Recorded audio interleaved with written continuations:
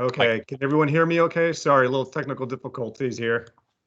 Yes, we can hear you. All right, is the sound coming in fine?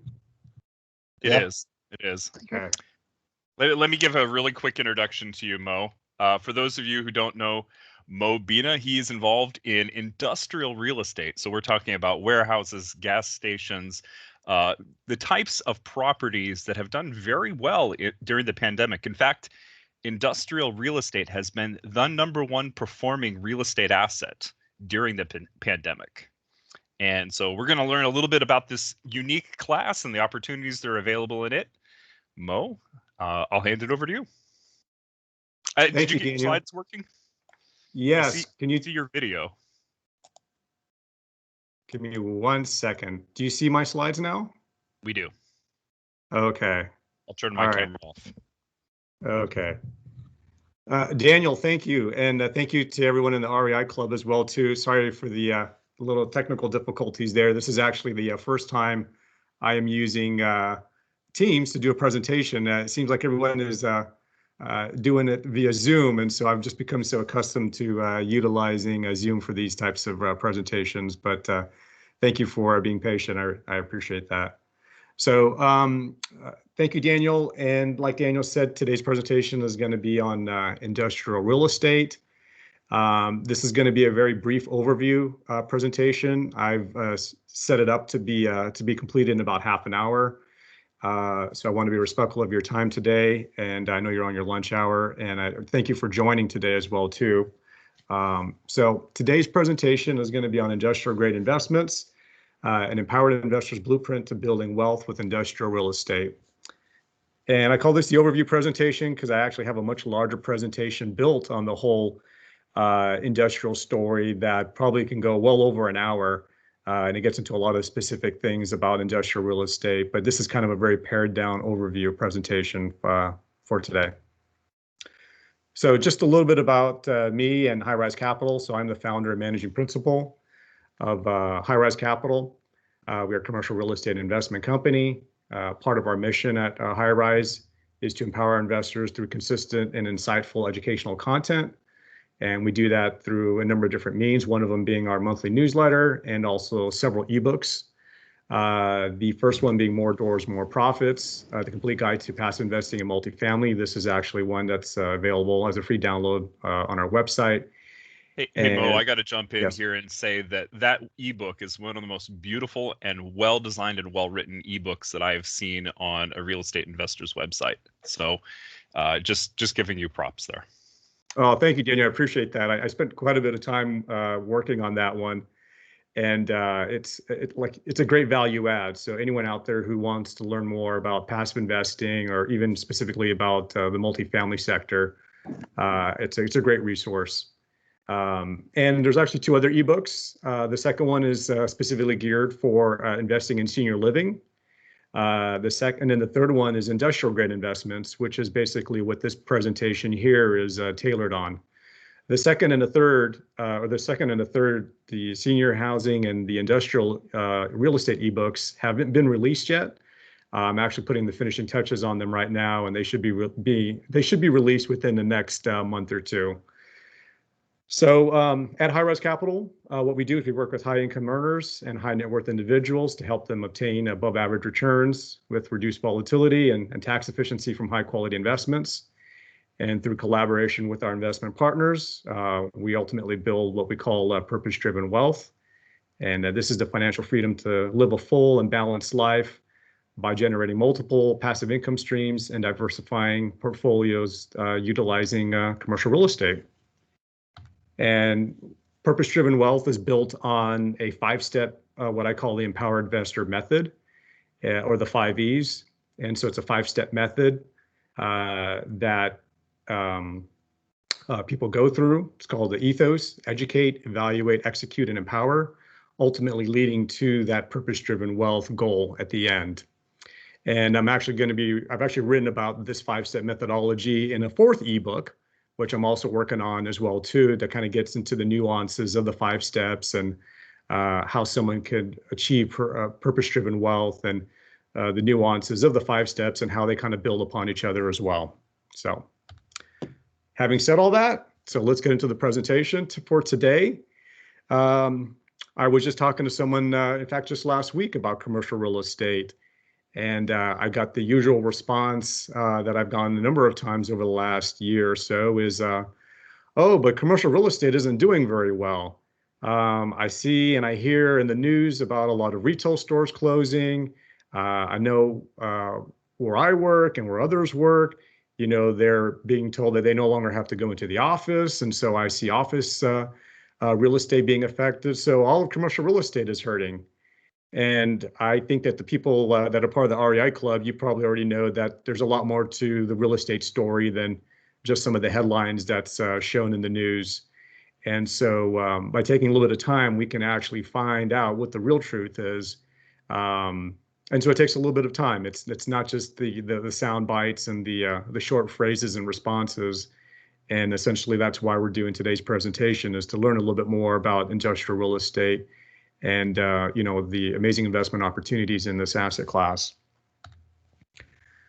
When retail investors think about investing in commercial real estate, what asset types do they typically consider or think about? Multifamily tends to be perhaps the predominant one, but in addition to that, there's also office, retail, to a lesser extent, maybe mobile home parks and self-storage facilities, senior living facilities as well. But for the most part, a lot of people involved in the commercial real estate sector invest in or have invested either predominantly or exclusively in multifamily. And that's how I first started as a passive investor years ago. My first investments actually took place in the multifamily space. And then from there, as I started to better understand the other sectors within commercial real estate, I got a better appreciation for these other asset classes and how they all kind of, in a sense, which ones overlap slightly with others and which ones really just kind of stand alone on their own. So how many commercial real estate investors actually consider these types of assets here that you see? And these images here are of warehouse and distribution facilities. There's a multi-tenant facility as well.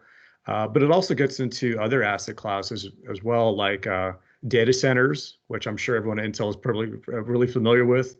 You have data centers, you have cold storage facilities, last mile facilities. We also have flex facilities as well too, and we're going to touch upon some of these in this presentation. So there's a lot really to the to the industrial sector, but to really have a good foundation as to the industrial real estate sector, it's important to kind of understand more kind of like taking a step back, global supply chains.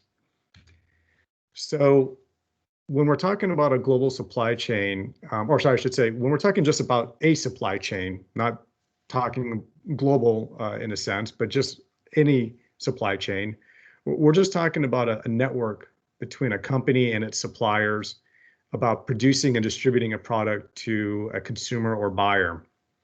And the term logistics just kind of refers to a specific link within that overall supply chain. And within the supply chain, we're talking about the movement of raw materials, data, capital, services from suppliers that funnel through manufacturing facilities, warehouses, and distribution facilities to end consumers. So generally speaking, supply chains can be either local or global, and it just all depends on the location of the supplier relative to whatever the operating company is. So globalization started in the 1970s and it accelerated for the next several decades after that. And as globalization has increased, supply chains have become more global and increasingly longer as well. And that's kind of where the term offshoring has come into play. So as we know, a lot of our manufactured goods, for example, are made in parts of the world like Asia and Southeast Asia. And so we have very global supply chains at work. And so globalization has also resulted from the increased number of goods and services that are tradable. And it's expanded to the point where many of the goods that we buy are produced in the least costly parts of the world. And so where this kind of ties into the industrial real estate picture is the fact that these global supply chains require logistics real estate to be a lot of times in key transportation nodes. So for example, located near ports, airports, major highways, and we'll get into last mile facilities, which is a bit kind of a transition from not just these key transportation nodes, but also then coming back almost full circle back to eventually the end consumer. Another key component about industrial real estate that's important to understand is about the fourth industrial revolution. So throughout our history, the manufacturing processes have been marked by four industrial revolutions. The first one began around 1760, and that started with the invention of the steam engine. And so human labor was essentially replaced by steam engines to produce work. The second industrial revolution began around the 1900s, the early 1900s, with the invention of the internal combustion engine. And so the emergence of gas, oil, and electricity facilitated the rapid industrialization based on mass production and assembly lines. Henry Ford, of course, being one of the most well-known that took place around this time. The third industrial revolution began with the use of computers and electronics and IT work, and how that basically then funneled into manufacturing. Currently, we're in the midst of the fourth industrial revolution, also known as Industry 4.0. And this is really the computerization and the digitization of the previous third industrial revolution. So in this one, we have machines that are digitally connected, that communicate and they share information with one another. And decisions, for the most part, are becoming more and more automated, and they're being done without human involvement. A key component of this is what's known as the industrial Internet of Things. You may have heard of the IoT, or the Internet of Things, with interconnected devices, for example, like in your home. This same concept is taking place in the industrial sector as well, where you have any number of sensors and measuring devices and so forth that are all basically sharing information in real time, and that's all being funneled into PLCs and other devices, and decisions are being automated. So this is a comprehensive and a holistic approach to manufacturing, whereby factories operate more efficiently and improve processes and ultimately productivity. So the fourth industrial revolution is causing the price of goods to drop, like a lot of other technological advances that we see throughout history. And so the prices of goods will continue to drop. We'll see reduced operating costs, and these reduced operating costs will help support the growth of increased industrial real estate usage. So as supply chains evolve and become more effective, but they will also affect the locations and the types of logistics real estate. And that's why it's important to understand how the fourth industrial revolution kind of plays into all this. Oops, sorry. So the other component that's been the major driver for the rise of industrial real estate is the growth of e-commerce. So the retail industry has become increasingly digitized over the last decade, as online shopping has largely replaced in-person shopping. And this is definitely, we're going to touch upon this in a few minutes, but this has also been accelerated with the effects of the COVID-19 pandemic. So the growth of online shopping has been a global trend, and it's been embraced by people of all ages. In the figure right here, you can see how that growth has taken place since 2010 among major countries in the world. And you can see how it's been growing steadily every year. And in fact, that growth has been double digit on a year-over-year basis. At this point, many consumers have near limitless access to goods and services that in some cases can basically be delivered within a day. And with that has kind of been that increased, or that growth of that expectation by consumers, where they want to expect, faster delivery times and the ability to purchase whatever they want whenever they, and to get it whenever they need it. And so that's led to speed and convenience over the traditional shopping model of people going in stores, waiting for, well, first of all, waiting for stores to even be open, then going into stores, versus having the anywhere and the anytime, kind of mindset. I can buy whatever I want to late in the evening and perhaps have it delivered the next day. And this is, like we started in the beginning of the presentation talking about retail real estate. Of course, this rise of e-commerce has put a lot of downward pressure on retail real estate. And I think that you're going to continue to see this as well moving forward with decreasing in-store and in-person traffic. Now, having said that, even that's a really broad generalization that I just made. There are segments of the retail sector, especially if you follow the sector at all, like dollar stores like Dollar Tree, Dollar General, of course, big box stores as well, like Target and Costco and Walmart, sorry, have done really well over the last year plus. So even the retail sector, when you make these types of generalizations, you got to be careful as well. But it has affected a lot of smaller brick and mortar stores in the process. A good way of kind of like getting a grasp of kind of like the footprints of retail versus logistics. So according to Prologis Research, which is a major player, they actually operate an industrial REIT in the real estate sector.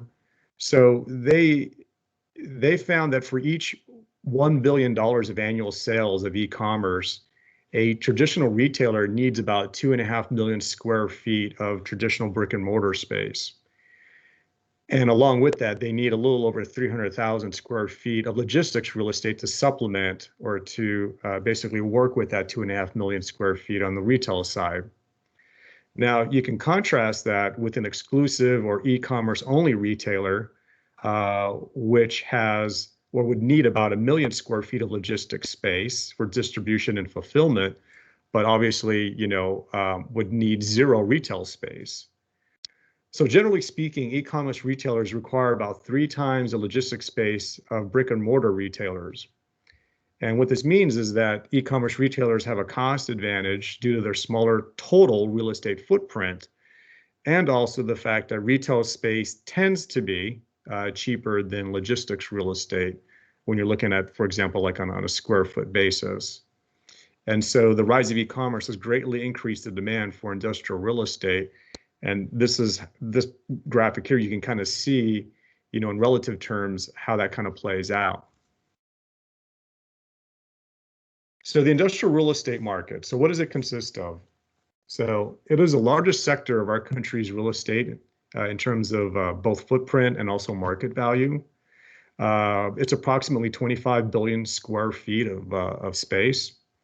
And it's perhaps, I would say, the most diverse asset class within all of the sectors of commercial real estate. So within industrial, you'll find warehouse distribution, but even under that, you'll have what are called last mile facilities, cold storage facilities. There's also manufacturing, flex space, multi-tenant, and like I mentioned before, also telecommunications or data centers. So just because of time limitations today, we're going to get into warehouse distribution, manufacturing, flex space, and also multi-tenant. So warehouse distribution is the largest group within industrial. It consists of about 55% of the total industrial real estate market, which translates into about 14 billion square feet of warehouse space. These warehouses tend to be usually about a minimum size of about 50,000 square feet and tend to have a minimum clear height of 16 feet. But both the size and the clear height are increasing dramatically and quickly. Clear heights right now for new facilities are pushing upwards of about 40 feet. And this has been growing steadily over the last decade. And a lot of these facilities now, the mega facilities are actually well in excess of 1 million square feet. So these things are growing pretty quickly in terms of the total footprint and also the clear height. And of course, by increasing the clear height, that allows more storage capacity or volume inside these buildings. The amount of space that's used specifically for warehousing versus distribution kind of varies depending on the operation and the company. But they do involve the movement of goods at high volume. And usually this involves like 18-wheeler trucks. And so you constantly have vehicles coming in and leaving these types of facilities. So truck accessibility is very critical, and it's a major thing in terms of how these facilities are located, one with respect to where highways and thoroughfares and airports, but also in terms of turnarounds and other things that are in terms of the layout around these facilities to make sure that the vehicles can get in and out efficiently.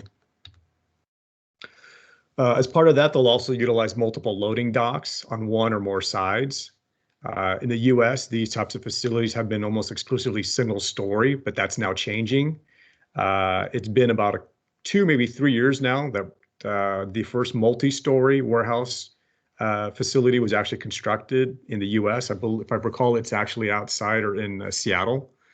But these types of multi-story facilities have been used and have been built in a lot of land constrained parts of Asia and Europe for many years now, but we're just starting to kind of see these multi-story type warehouses in use, and I think that trend is going to continue to grow as there's more competition for industrial space. So the next generation facilities, as we talked about, we're going to have larger storage capacity, so taller clear heights and/or larger footprints, multi-story, and they're going to also utilize more technology, like we talked about when we were covering kind of the effects of the industrial Internet of Things and the fourth industrial revolution. So within warehouse distribution, we have what are called last mile facilities. These tend to be less than 100,000 square feet. They're the final leg of the supply chain. And these are located as close as possible to the end consumer to facilitate direct delivery. And they're typically located near the urban core, which tends to be a problem because, there's limited space in the urban core. So a lot of infill locations, because a lot of infill locations have incompatible zoning for warehousing. And so there are some challenges with how to locate and where to locate these types of last mile facilities. So suitable urban properties are expected to become even scarcer as the demand continues to increase. The other major category are manufacturing facilities, and these constitute about 30% of the total industrial real estate market. And that translates into about approximately 7 billion square feet of US manufacturing space. These types of facilities are almost always custom built for the specific type of manufacturing that's taking place. These types of buildings will have a high percentage of manufacturing space and also high power requirements to operate heavy and very precise types of machinery. So these types of facilities will have a blend of manufacturing, warehouse, and also office spaces. But you'll see a minimum of about 50% of it being used for manufacturing, but it tends to be closer to about 70%. Another part of, or another component within industrial real estate is flex space. So this is about 7% of the total industrial real estate footprint, and it allows for a range of office and also warehouse configuration. So there's flexibility, and hence the name flex. So you can have anywhere from 25 to 80% of the space used specifically for office, depending on what the operation is, what the company is.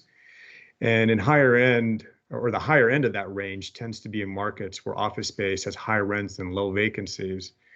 So what you'll find is in markets where office space tends to continually push up in terms of a premium, you'll have some companies that'll try and look for flex space, and they'll basically they'll vary the amount of office that they need within that footprint, depending on what their needs are. And so this is going to be advantageous for tenants looking to save money over a traditional office space. This tends to be preferred a lot by research and design focused companies, where they can have a combination of office, warehouse, and maybe some type of test or research lab as well too. These types of facilities also tend to have a lot of more curb appeal than other types of industrial real estate. A lot of times, you'll find these types of facilities like the one you see here in the picture. They won't be located very far from a lot of residential areas, And in some cases, I've seen residential areas literally across the street from these types of flex space communities, if you want to call them. So you can actually, they kind of blend in with the environment. They don't look so harsh in terms of like a very large or traditional warehouse facility. And so they kind of blend in a lot more inside communities. Another one are multi-tenant facilities. So these are smaller facilities with multiple tenants. These are suited for smaller industrial businesses and startups and maybe new businesses that don't want to occupy a large footprint. And it allows kind of like that combination of having that research and design and also kind of light manufacturing and warehouse tenants. So it's not well suited for the demands of warehousing and distribution because we talked earlier about how, there's a lot of truck traffic that's constantly coming in and out of these types of facilities. And so it's these types of facilities, as the one you can see here in this photo, they don't support a lot of 18-wheelers coming in and out, especially with high frequency. They tend to have a footprint of anywhere between 5 to 15,000 square feet. And startup and growing businesses can also expand into adjacent units. So it allows kind of room for them to kind of grow into a larger space if they need to. So what have been some of the impacts of COVID on the industrial real estate market? For the most part, there's been kind of two major impacts. One has been the accelerated rise of e-commerce, and the second has kind of been supply chain resiliency. So with the COVID-induced lockdowns, that spurred a worldwide growth of online shopping. And that online shopping has kind of been the biggest catalyst for the growth of industrial real estate over the last 10 years. Here you can see kind of what effect that's had. So the e-commerce penetration in the US was projected to hit somewhere around 22% prior to COVID by the year 2030. But that's now been kind of reshaped and reprojected out to about 34%, kind of where we are now with post-COVID by the year 2030. So you can see that's a pretty dramatic difference. E-commerce activity increases the required footprint of distribution facilities. Warehouse centers located near large population centers will become premium assets as companies look to secure a competitive advantage in the e-commerce world. So you'll see a heightened demand for faster delivery times, and that has led to the growth of last mile facilities in the urban core, like we mentioned. So these last mile facilities will enable, obviously being closer to end consumers, but they'll accommodate same day, 1 day, and 2 day shipping. You can see here in the figure how Amazon Prime subscriptions have increased revenue-wise over the last 5 years. And you can also see how the click-to-door times for online orders have been trending downward and are projected to continue to move downward as well, especially as people are becoming more and more accustomed to either one or even same-day delivery times. The other thing that COVID has done is it's affected companies looking to shorten and diversify their supply chains. I'm sure a lot of you experience in one way or another, either something that you were trying to purchase or some product or something like that, how supply chains were affected because of the COVID pandemic. And that's led to, in fact, well, I should say, it's accelerated the need for some companies to want to evaluate some of these options right here, such as reshoring, nearshoring, China plus one, developing redundant key suppliers, and also increasing their safety inventory levels. So the trade war that was taking place between the US and China was something that caused a lot of companies to kind of evaluate, moving away from predominant reliance on China and supply chains that, or raw materials and products that were coming from China. And so companies were already kind of looking at the reshoring of manufacturing back to the United States. And that's been accelerated even more as a result of the COVID pandemic. For a lot of companies, it still probably doesn't make sense financially. So it all depends on the really nuances of the company and the products and how critical they believe their supply chains are to these types of disruptions. Another thing in addition to reshoring has been nearshoring. So basically the movement of manufacturing back to, or moving manufacturing to places like Canada and Mexico. So in essence, you've decreased the length of that supply chain and you made it less susceptible to shipping and anything taking place in terms of trade wars and so forth. And of course, along those lines, the China Plus One, which is basically companies looking to expand manufacturing outside of China and diversifying, where their suppliers or key suppliers are based. Or maybe they're developing redundant key suppliers in other parts of the world, so they can go to more than one supplier if one runs out of some key ingredient or some kind of key product. And the other thing that's being done is increasing safety inventories as well. So if there is a minor disruption to a supply chain, companies will have on hand safety stocks of maybe several days or maybe weeks or months of some key supplier or some key supply or maybe some key ingredient, depending on what they're doing. So what has been the historical performance of industrial real estate?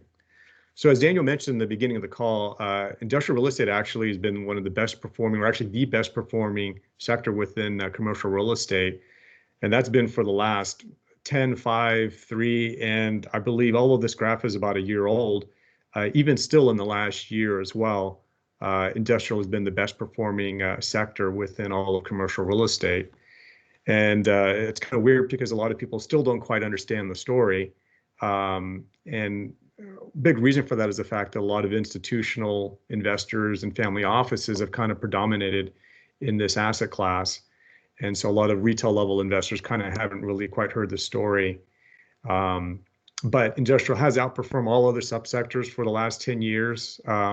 Notable also to mention too that senior housing has actually been the second best performer as well during this time period. So both industrial and senior housing tend to get overlooked by many retail level investors, even though they've been the top two performing sectors within commercial real estate. So what is the investment outlook? Pre-COVID, industrial had a market vacancy of about 4.9%, which was pretty close to the historic low of about 4.8.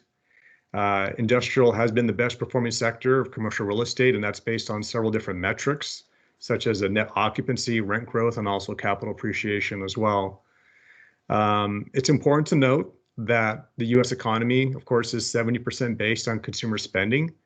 So any type of recession or continued lockdowns will hurt consumers and businesses as a result, and that will affect industrial real estate. But I think, as you can tell, there's a lot of variability in terms of the different asset classes within industrial. So even with lockdowns, barring like a very dramatic or very severe recession, that'll still perhaps increase e-commerce sales, which will increase demand, of course, for industrial real estate that can accommodate or that is specifically geared towards accommodating that sector. There was also some risk of oversupply in certain markets as well, too. As you can probably tell, it's been a very hot sector. And so there is a lot of building going on and there is a lot of spec construction.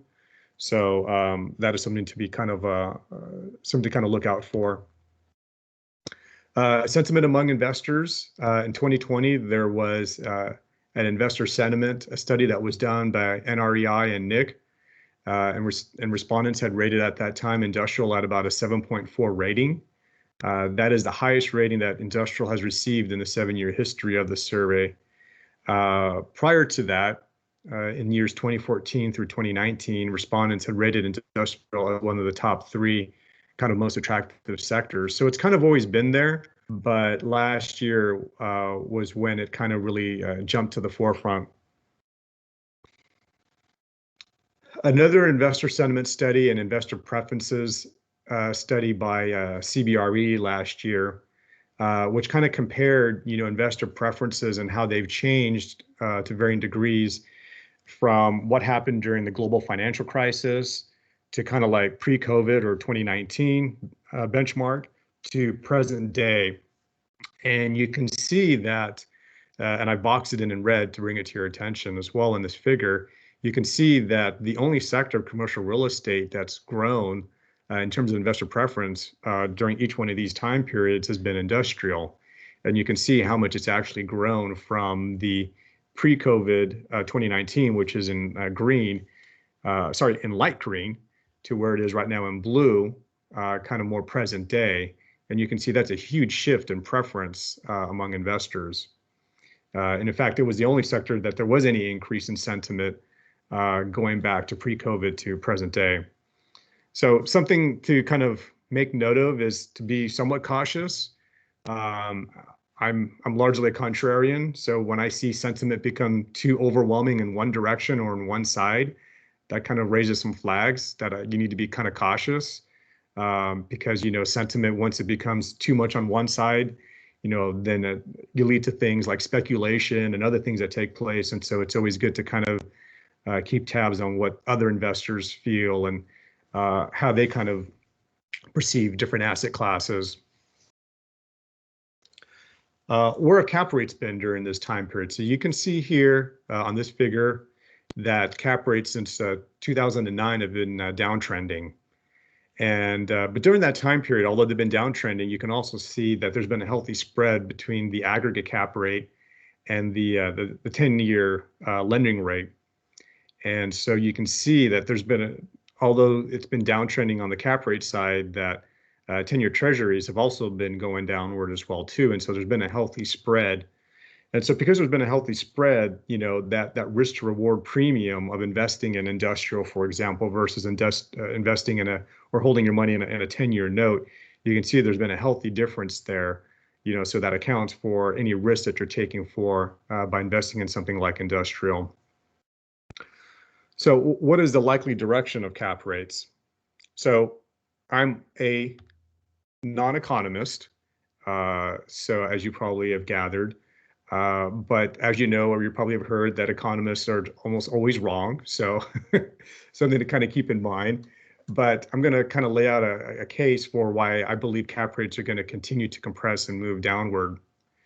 So in December of 2020, so just a few months ago at a FOMC press conference, Jerome Powell had said that there are significant disinflationary pressures around the world, and there have been for a while, and they persist today. It's not going to be easy to have inflation move up. And that's why we've adopted the flexible average inflation targeting framework. That's why we're aiming for an overshoot. So if you follow the Fed, or what the Federal Reserve typically does, is they have stated for many years that they have a 2% target in terms of where they want to see inflation. Now, if you believe the government numbers of inflation, I'll tell you that they're vastly wrong, and you probably have experienced that yourself. There's a number of great resources out there. Shadowstats.com is a great one. The benchmark or the metric for how we measure CPI has actually changed throughout the last 20, 30 years. And there's other types of things that are done in terms of computing the CPI, which persistently underestimate what the real rate is. And I think anyone who experiences or has to pay to send kids to college, has to pay for housing, has to pay for the cost of medical care, that the real cost of inflation is not 2%. So when the Federal Reserve is saying that they're looking for an overshoot, that to me means that we're going to see double-digit inflation easily. And in fact, if you go to shadowstats.com, I think the last time I was there a couple months ago, utilizing a more historic and true measure of inflation that the government used to use about 20 or so years ago, we're running at about 9% inflation, or the true CPI rate is more closer to 9%. So, and that's based on a supposed 2% target. So the Federal Reserve is now saying they're looking for an overshoot. We're definitely going to see double-digit inflation rates moving forward. So what have we also seen? We've also seen more deficit spending, and of course, the federal government going further into debt. And so it's really essential that these low interest rates, predominate, moving forward, because it's essential for the debt service on this growing debt to be manageable by the government. And you can see here how the Congressional Budget Office has projected by the year 2050, where the growing deficits are projected to be over the next 30 years. And so that's expected to be about 100 or almost, I should say, to almost 200% of our GDP at our gross domestic product. Sorry. The other thing that's going on is we have a growth in global negative yielding debt. So we actually surged to about $19 trillion in December of 2020 of global negative yielding debt. So there's so much supply out there of this negative yielding debt, and this is what's leading to more and more speculation and risk taking place in the marketplace for institutions and for people out there going out and looking for some type of yield on their investment. There's, like I mentioned, more risk taking that's taking place. So investors are taking on more risk to get any type of yield in the current low rate environment. And of course, this cheap money is fueling speculation, and it's driving up asset prices as well. It's hard to find an asset class out there that hasn't had some very healthy type of appreciation over the last 5, 7, and 10 years, as all this cheap money is being poured into various asset classes, one to find yield and one to get capital appreciation as well too. There's also been a surge in U.S. inflation expectations as well, which has been the highest since 2012. And you can also see this as well if you track, or if you haven't, I would suggest you go look up the prices of commodities such as grains, like wheat and corn, soybeans, and you can see that where these commodity prices have been moving over the last year plus. It's phenomenal looking at a price chart of some of these commodities. And what's kind of funny is some of these commodities actually started even moving before COVID. So major players were already taking sizable positions in a lot of these commodities. If you look at the price of gold hit about $2,000 and it's since corrected, but it's moving back up again. Precious metals tend to be a very highly manipulated market, so it's kind of hard to kind of look at precious metals. But definitely when you look at other commodities, like the grains, for example, you'll see how a lot of these asset prices are reflecting that expectation in terms of inflation moving forward. And of course, more money printing. You know, the Fed wants more inflation and near zero interest rate to persist for many years. And so these factors in combination, along with the inflation hedging benefit of real assets like commercial real estate, I believe is going to really push asset prices, especially on the commercial real estate side, and cap rates even lower.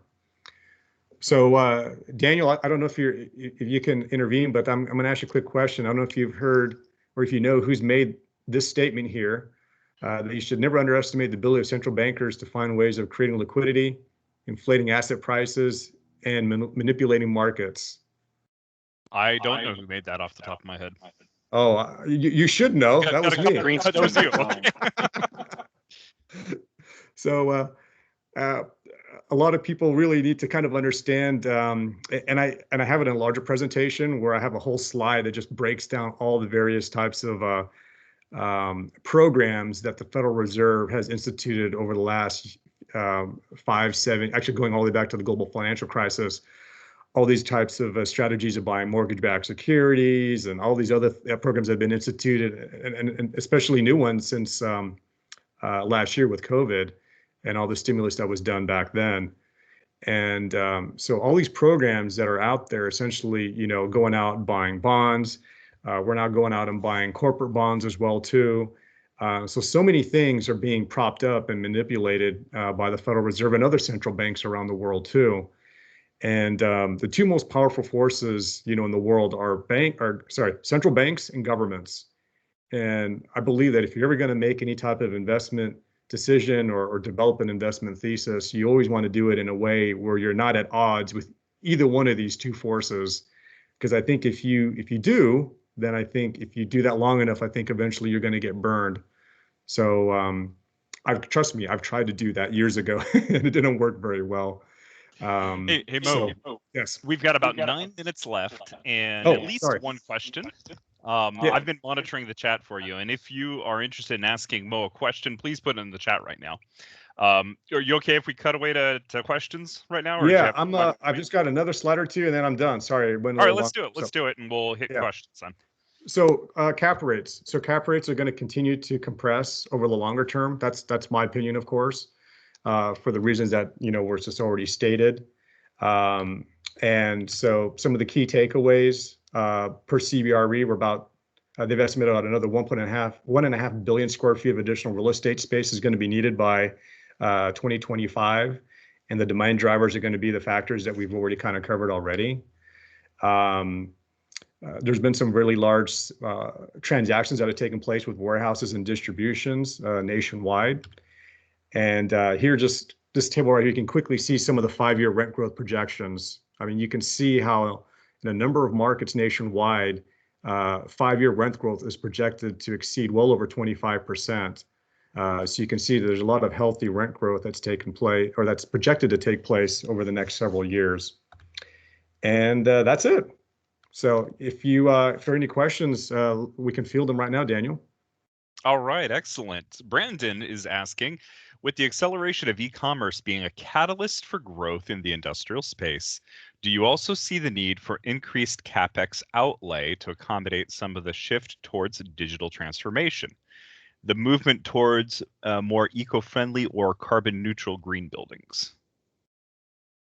Yeah, I assume some of you are familiar with LEED, L-E-E-D, like LEED certification. So a lot of companies, a lot of developers are building new facilities. For example, utilizing skylights and utilizing other means to be more sustainable and have a reduced carbon footprint. Prologis, which is a major player in the industrial space, they're more and more building new facilities that are like LEED certified, as it's called. So definitely with regards to like CapEx, it can be difficult to do in terms of existing facilities. Sometimes they tend to be very energy inefficient. So it just kind of depends on, the specific operation and how much somebody wants to pay to make the operation more sustainable. Hey, Mo, really quickly, can you go back one slide to your contact information? Yes. All right. So I did mention earlier about my ebook, the one that Daniel mentioned too, about More Doors, More Profits. That is available on the resources page of my website, which is there listed at the top. And like I mentioned earlier, we're going to be releasing our ebook on industrial real estate and also on senior living within the next couple months as well too. And we're also working on a podcast, and Daniel's going to be a guest on our show as well too. All right. Are there any questions? You've given us a lot of great information. I love your sense of design too, personally. It's very Intel, very blue. And many of the topics you talked about, such as Industry 4.0, many of us here are intimately familiar with it. I figured we do it every day. I figured you guys would be very, very familiar with that.